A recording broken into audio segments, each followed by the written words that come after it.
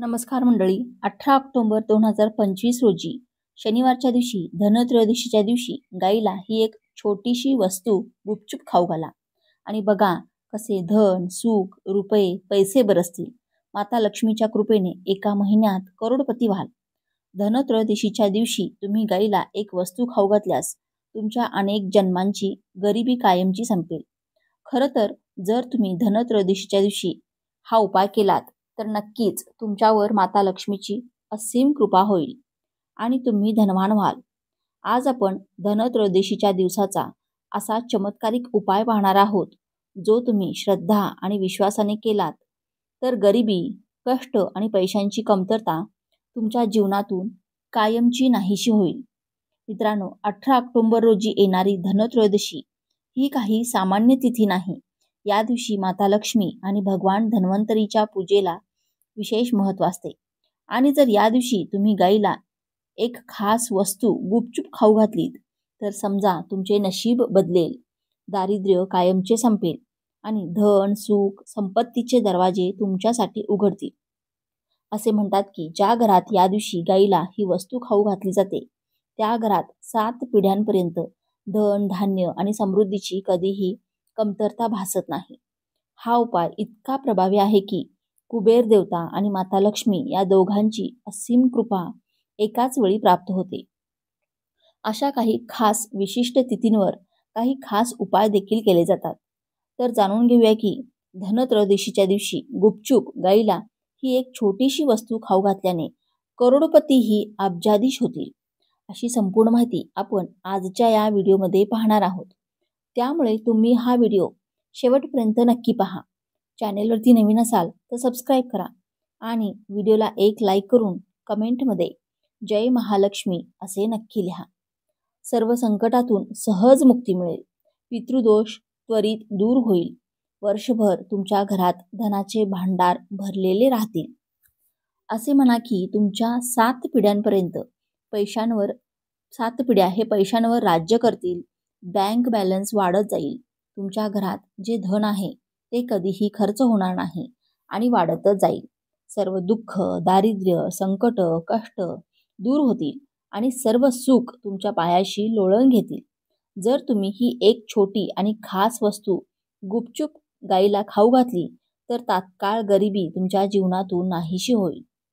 योगाने राजा बनतो आणि ते 33 कोटी देवी देवतांना धारण करणाऱ्या गोमातेची असीम कृपा व्यक्तींवर आयुष्यभर राहते. व्यक्तीच्या घरात कधीही धन, धान्याची, वस्त्रांची कमतरता भासत नाही. संपत्तीचे साठे व्यक्तीच्या घरात भरलेले असतात. धनत्रयोदशीच्या दिवशी गाईचा हा उपाय केल्याने व्यक्तीच्या जीवनातील गरिबी त्वरित संपते. पण गाईचा उपाय सांगण्यापूर्वी मी तुम्हाला धनत्रयोदशीबद्दल थोडी माहिती देते.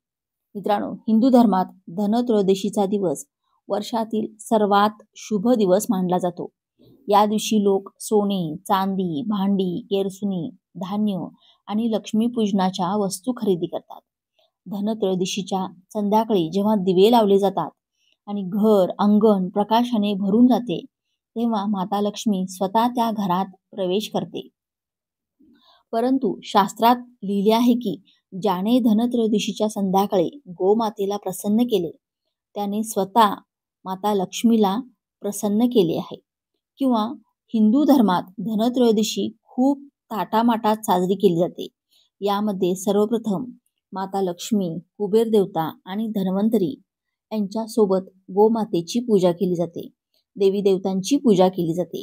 पण यामध्ये धनत्रयोदशीचे माता लक्ष्मीचे महत्त्व सर्वात जास्त मानले जाते.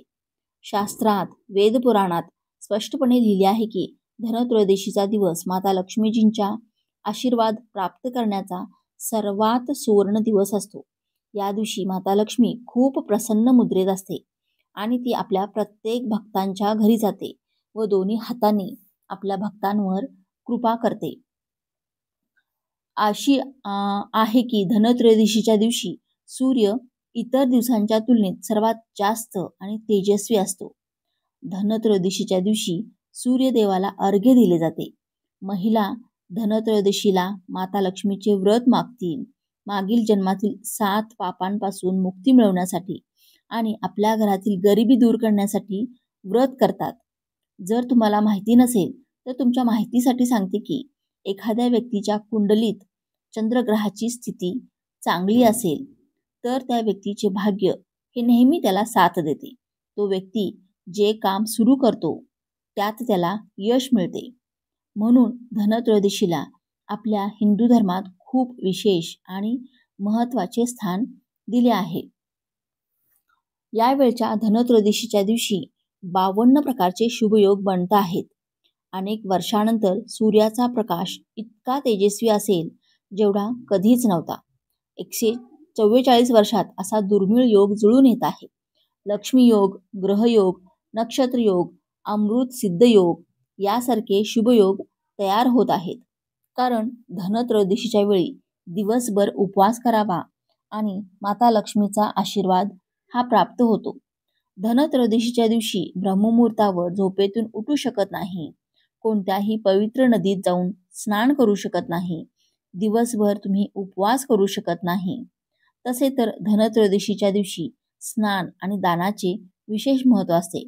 परंतु या दिवशी जर तुम्ही ज्योतिषशास्त्र तंत्रशास्त्रानुसार एक गायीचा उपाय विधीपूर्वक धनत्रयोदशीच्या दिवशी केलात तर तुमची जन्मोजन्मांतराची गरिबी माता लक्ष्मीच्या कृपेने कायमची संपून जाईल. वास्तविक जर तुम्ही धनत्रयोदशीच्या दिवशी हा उपाय केलात तर नक्कीच तुमच्यावर माता लक्ष्मीची असीम कृपा होईल आणि तुम्ही धनवान व्हाल.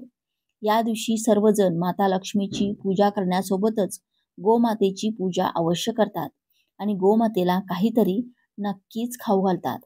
आता तुम्हाला वाटत असेल की गाईला असे काय खाऊ घातल्याने, असा कोणता उपाय केल्याने तुम्हाला माता लक्ष्मीचा आशीर्वाद हा मिळू शकतो. तुम्ही पाहिले असेल की जेव्हा तुमच्या घरी दिवाळीची पूजा असते किंवा धनत्रयोदशीची पूजा असते तेव्हा तुमच्या घरातील लोक गाईची पूजा नक्कीच करतात आणि गाईला नैवेद्यातील काहीतरी खायला देतात. जास्त नाही तर 2 पुऱ्या नक्कीच खाऊ घालतात. तर तुम्हाला हा उपाय धनत्रयोदशीच्या दिवशीच करायचा आहे आणि सूर्यदेवतेला अर्घ्य द्यायचे आहे. तसेच त्यांची विधीपूर्वक पूजा करायची आहे. या वर्षीची धनत्रयोदशी खूपच शुभयोगांच्या निर्मितीमुळे बनत आहे. कारण ही तीच वेळ आहे जेव्हा माता लक्ष्मी आपल्या प्रत्येक भक्तांच्या घरी घुबडावर स्वार होऊन येते. गायीशी संबंधित उपाय पाहणार आहोतच, जे केल्याने तुमच्या जीवनातील जी काही दुःख, दारिद्र्य, संकटे आहेत किंवा यश मिळवण्यात काही अडथळे येत आहेत त्या सर्वांपासून सुटका मिळणार आहे. असे म्हणा की तुमच्या जीवनात अपार धन सुख असेल, कधीही पैशाशी संबंधित समस्या राहणार नाही. तुमचे जीवन यशस्वी होईल, धनप्राप्तीचे योग बनतील आणि जीवनात नेहमी तुमच्या घरात धनाचे भांडार भरलेले राहतील. धन वस्त्रांची कधीही कमतरता भासणार नाही.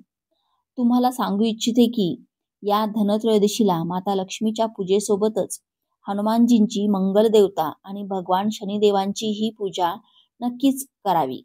या दिवशी जर तुम्ही हनुमानजी आणि मंगल देवता भगवान शनिदेवांची पूजा केली तर मंगळाचा ग्रहजन्य दोषही दूर होतो.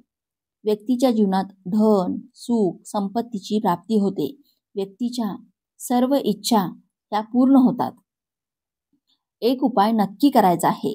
गायीचा उपाय सांगण्यापूर्वी तुम्हाला एक उपाय सांगते.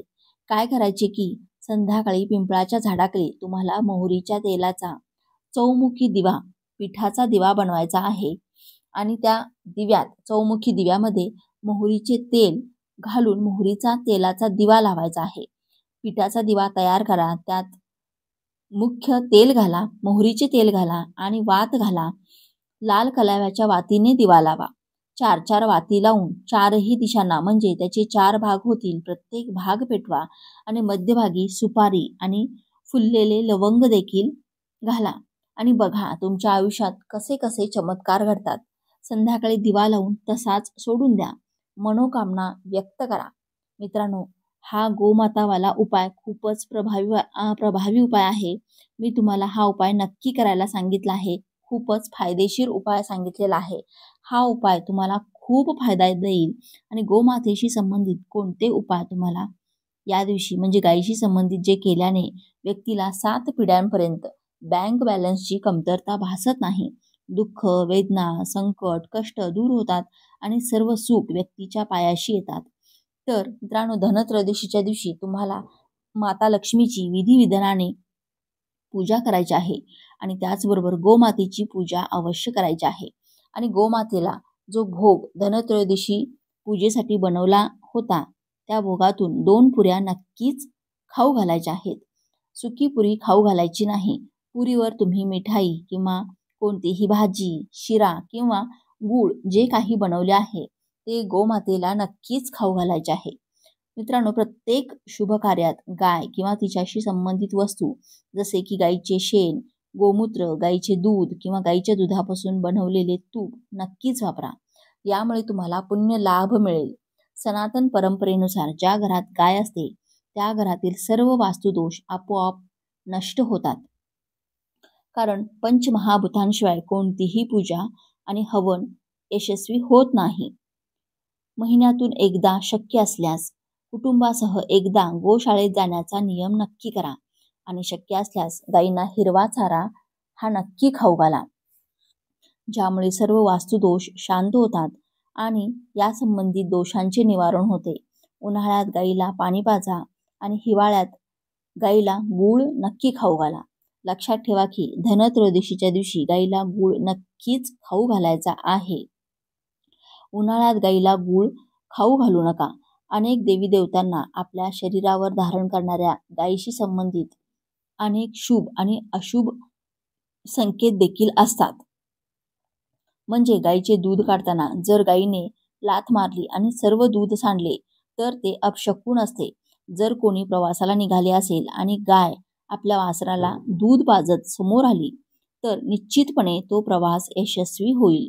प्रवासाला जाताना गायीचा आवाज ऐकू येणे आणि रात्रीची गायी हंबरणे देखील शुभ मानले जाते.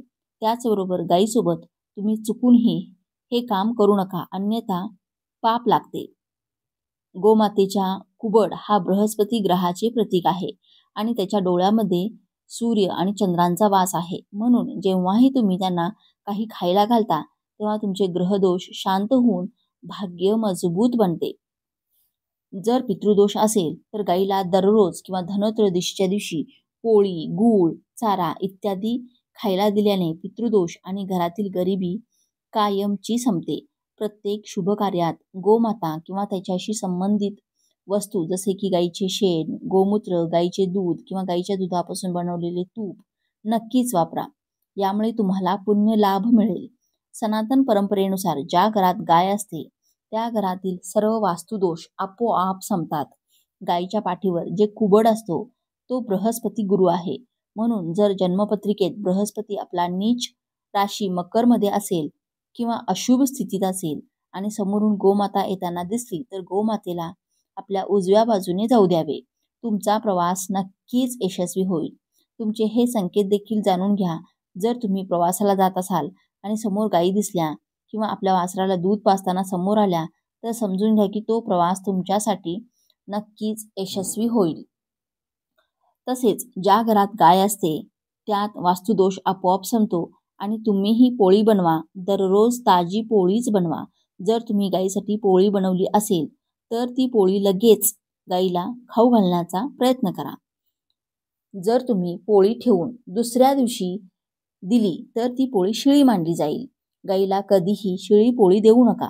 यामुळे घरात नकारात्मक ऊर्जा वास करते आणि तुमची कामे अजिबात होणार नाहीत. त्याचबरोबर यामुळे तुमच्या घरात नेहमी दारिद्र्य देवतेचा वास राहील आणि तुम्ही ज्या कामात हात घालाल त्यात तुम्हाला नेहमी अपयशच येईल. म्हणून गायीला दररोज ताजी पोळी बनवून खाऊ घालण्याचा प्रयत्न करा.